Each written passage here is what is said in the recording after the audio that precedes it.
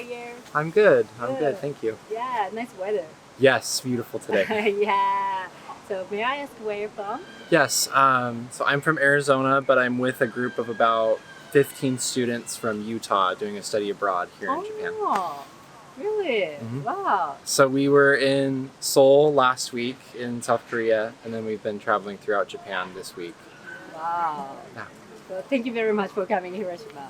How was Hiroshima? This is your first time? This is my first time visiting, yeah. It's beautiful. Beautiful. The mountains, and it's super green. In Utah, it's kind of a desert landscape, so it's nice to be somewhere green. Wow, really? Big difference. Yes. Wow. And why did you decide to come to Hiroshima?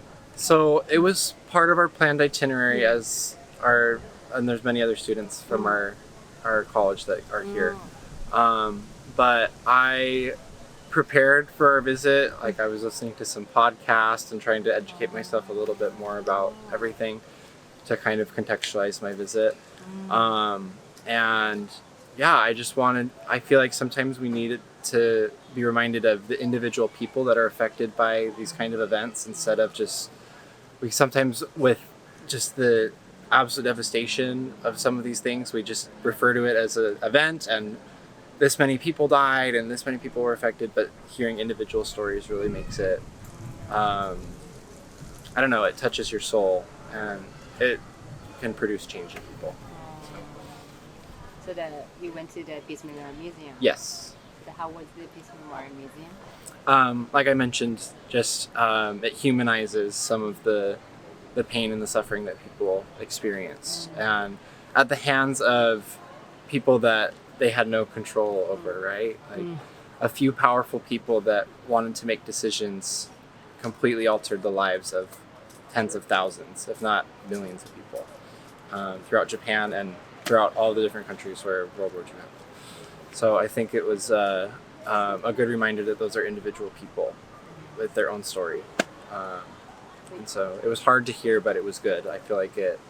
Is it hard? Yeah, it's heavy. It's because I have a wife and daughter, and I think about if I was in that situation and I lost someone that I loved, it would be really hard. Especially without any warning, without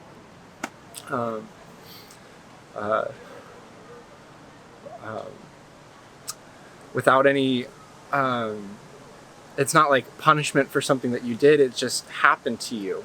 It wasn't your fault.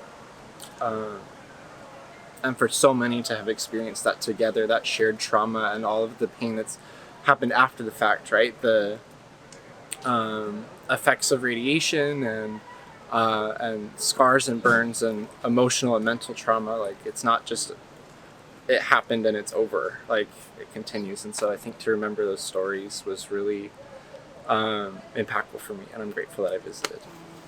You were thinking about your family. Yeah. Today. When did you think about your family? After the Peace Memorial Museum? Especially hearing the stories of school children. My daughter is 1 year old, and sorry. I just can't imagine not being able to see her grow up and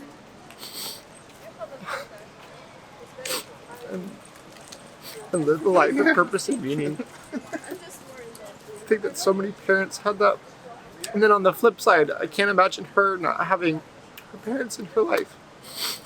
And so many were orphaned and lost everything they knew and everything that could have brought them comfort in that time. It's unfair. It's just wrong.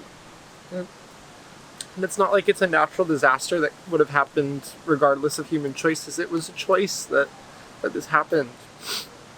There were choices that led to this destruction and this despair for people. So I don't know if that answers your question. No. So what is the most emotional things at there? Yeah, I think, like I mentioned, like hearing the individual stories of school children, there was one that I read that really made me emotional. That was about a young girl and all of her classmates. I think they were in 5th grade, and her mother came to find her, and they were laying down They were all burned, and she was asking, Mom, bring me water. I'm thirsty. And all of the schoolgirls said, please bring us water. And she said, she frantically went to go find water, and by the time she came back, they were all dead. She said, I'm so sorry, and she moistened their lips with water. And yeah, it was just, cherish the people you care about, because you never know when they might be gone. That was kind of the biggest lesson that I took away. So I will ask you about peace. What does peace mean to you? I think a lot of people think peace is like the absence of war or the absence of these things happening. And I think that's kind of halfway there.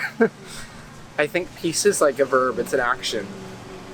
It's taking time to recognize the actions that you make and the unintentional consequences that come from that, good or bad, and trying to make those consequences positive. And trying to create an environment where people feel included, feel safe, and know that they like have the freedom and the space to live a life of meaning. And so I think that peace is striving not that just for yourself and your own family, but for everyone. Everyone deserves that chance. So I'm actually studying public administration in the States. And so I want to work in the government. And I know that like, this is a public administration issue, peace, at the end of the day, right? And like I said, the choices of a select few that have a lot of power is a lot of the reason that this happened, right? And so many other wars and so many unnecessary conflicts. And so I want to be in a position where I can make the right choices and influence not just myself, but influence people that don't have a voice. So what is the more smart thing you can do in your daily life through your situation?